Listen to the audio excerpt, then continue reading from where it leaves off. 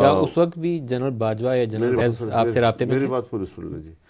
تو اب اس وقت اگر میں پھر انکار کرتا تو کہتے کہ فضل الرحمان نے عمران خان کو بچا لیا ہے.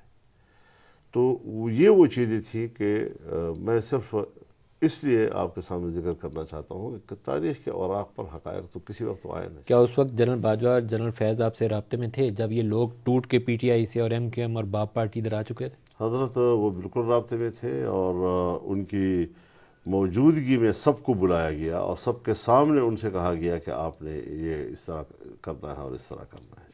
سب کون تھے وہ؟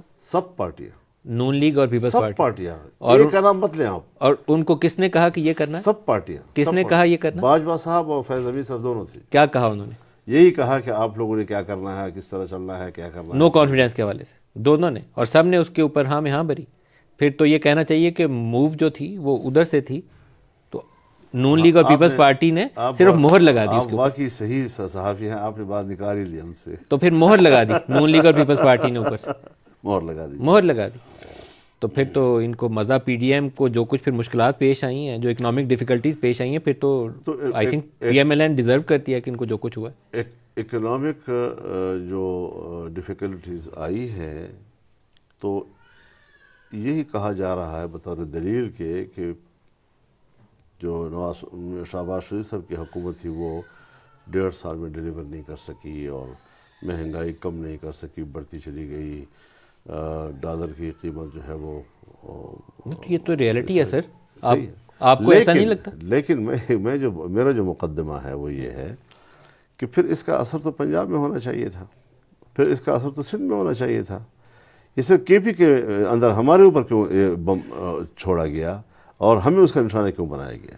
آپ کے اوپر ایک تو وہ جو دہشت گرد حملوں کا ایشو تھا وہ بھی آپ کے اوپر کافی زیادہ متاثر کیا. حضرت اس نے تو ہمارے تو امیدوار گھر سے ہی نہیں نکل سکتے تھے. لیکن کتنے ہمارے ان دنوں میں شہید نون لیگ والا ہوئے. مسئلہ ابھی میں سمجھ نہیں پایا سر. آپ سے میں تھوڑی سی اس کی وضاحت چاہتا ہوں. پنجاب میں ہم الیکشن کور کر رہے تھے، میں نے تقریباً سارے پنجاب کے حلقوں میں گیا ہوں.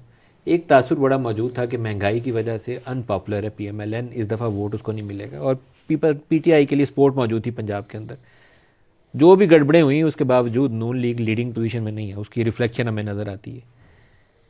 شہباز شریف اوپر کیسے آئے پی ایم ایل این کی چوائس میں ایز پرائم منسٹر؟ تھوڑی سی اس کی روشنی ڈالیں. اس سے میں لاتعلق ہوں کیونکہ میں اپنا ایک پوزیشن لے چکا ہوں کل، اور اب میں ان باتوں پر کیوں ڈسکس کروں، ان پہ کیوں میں فریق بنوں. یہ اب ان کا مسئلہ جو حکومتیں بنانا چاہتے ہیں بنا رہے ہیں، وہ دوست بھی تلاش کر رہے ہیں، وہ ووٹ بھی تلاش کر رہے ہیں، اور وہ اسی راستے پہ اب چلیں گے، کام کریں گے. مجھے اس سے اب کوئی دلچسپی نہیں آپ رہی. سے رابطہ کیا انہوں نے؟ رابطہ کیا، تشریف لائے تھے شہباز شریف. پھر آپ نے کیا کہا انہیں؟ میں نے کہا جی آپ اپوزیشن میں بیٹھے ہیں، حق تو یہ ہے. پھر انہوں نے جواب کیا دیا؟ چلے گئے بغیر جواب دیے. جی. نواز شریف صاحب نے آپ کو کال نہیں کیا؟ نہیں، ان کا کال نہیں.